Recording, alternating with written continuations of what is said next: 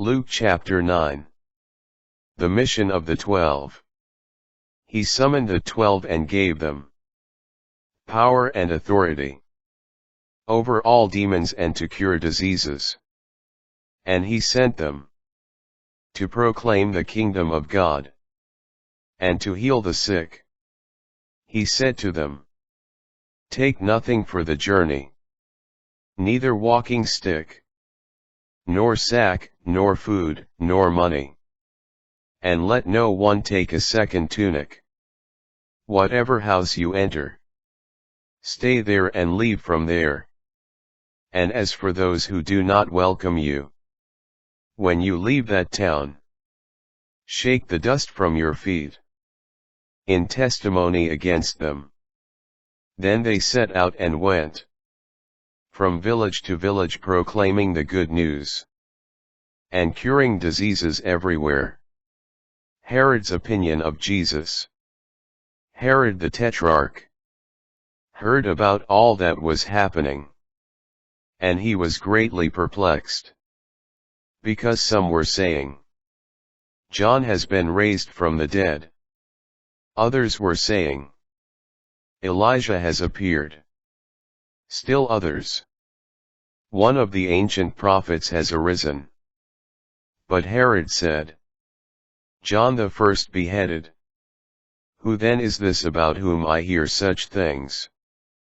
And he kept trying to see him. The return of the 12. And the feeding of the 5,000.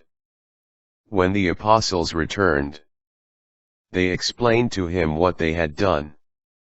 He took them and withdrew in private to a town called Bethsaida. The crowds, meanwhile, learned of this and followed him. He received them and spoke to them about the kingdom of God. And he healed those who needed to be cured. As the day was drawing to a close, the 12 approached him and said, "Dismiss the crowd so that they can go to the surrounding villages and farms, and find lodging and provisions. For we are in a deserted place here." He said to them, "Give them some food yourselves." They replied, 5 loaves and 2 fish are all we have, unless we ourselves go and buy food for all these people." Now the men there numbered about 5,000. Then he said to his disciples, "Have them sit down in groups of about 50. They did so and made them all sit down.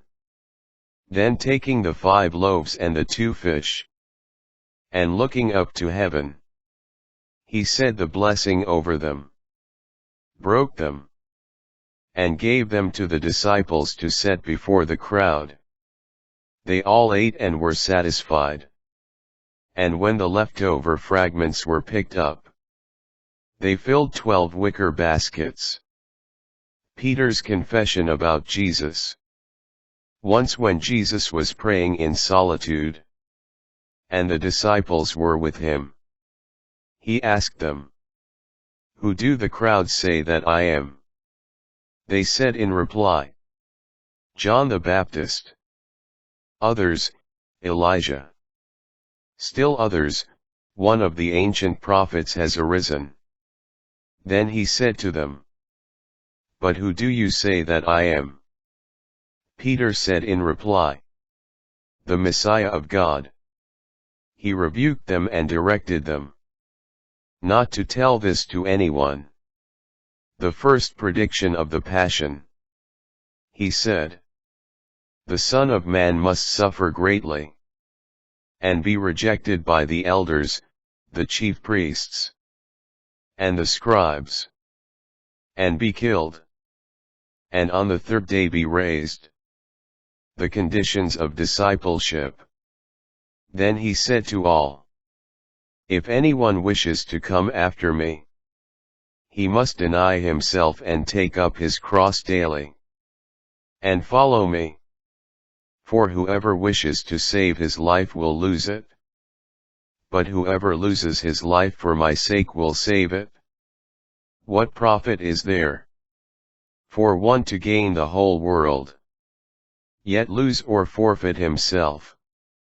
Whoever is ashamed of me and of my words, the Son of Man will be ashamed of, when he comes in his glory, and in the glory of the Father, and of the holy angels.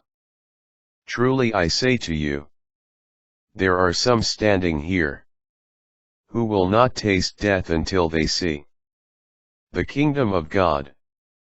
The Transfiguration of Jesus. About 8 days after he said this, he took Peter, John, and James, and went up the mountain to pray. While he was praying, his face changed in appearance, and his clothing became dazzling white. And behold, 2 men were conversing with him, Moses and Elijah, who appeared in glory, and spoke of his exodus, that he was going to accomplish in Jerusalem. Peter and his companions had been overcome by sleep, but becoming fully awake, they saw his glory and the 2 men standing with him. As they were about to part from him, Peter said to Jesus, Master, it is good that we are here. Let us make 3 tents. One for you, one for Moses, and one for Elijah. But he did not know what he was saying. While he was still speaking, a cloud came and cast a shadow over them, and they became frightened when they entered the cloud. Then from the cloud came a voice that said, This is my chosen Son, listen to him. After the voice had spoken, Jesus was found alone. They fell silent and did not at that time tell anyone what they had seen. The healing of a boy with a demon. On the next day, when they came down from the mountain, a large crowd met him. There was a man in the crowd who cried out, Teacher, I beg you, look at my son, he is my only child. For a spirit seizes him, and he suddenly screams and it convulses him, until he foams at the mouth. It releases him only with difficulty, wearing him out. I begged your disciples to cast it out, but they could not. Jesus said in reply, O faithless and perverse generation! How long will I be with you and endure you? Bring your son here. As he was coming forward, the demon threw him to the ground in a convulsion.